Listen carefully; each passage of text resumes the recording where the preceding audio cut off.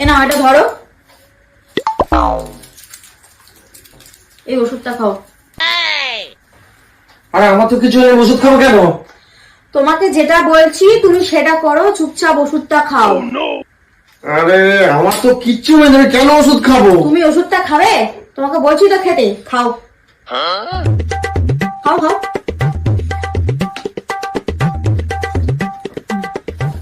ঠিক আছে ঠিক আছে খেয়েছি তো, এবার তুমি বলো আমাকে ওষুধটা খাওয়ালে কেন? আমার তো কিচ্ছু হয়নি। উফ, কালকে আমি ঘর পরিষ্কার করতে গিয়ে এই ওষুধটা ড্রয়ারে পেয়েছি।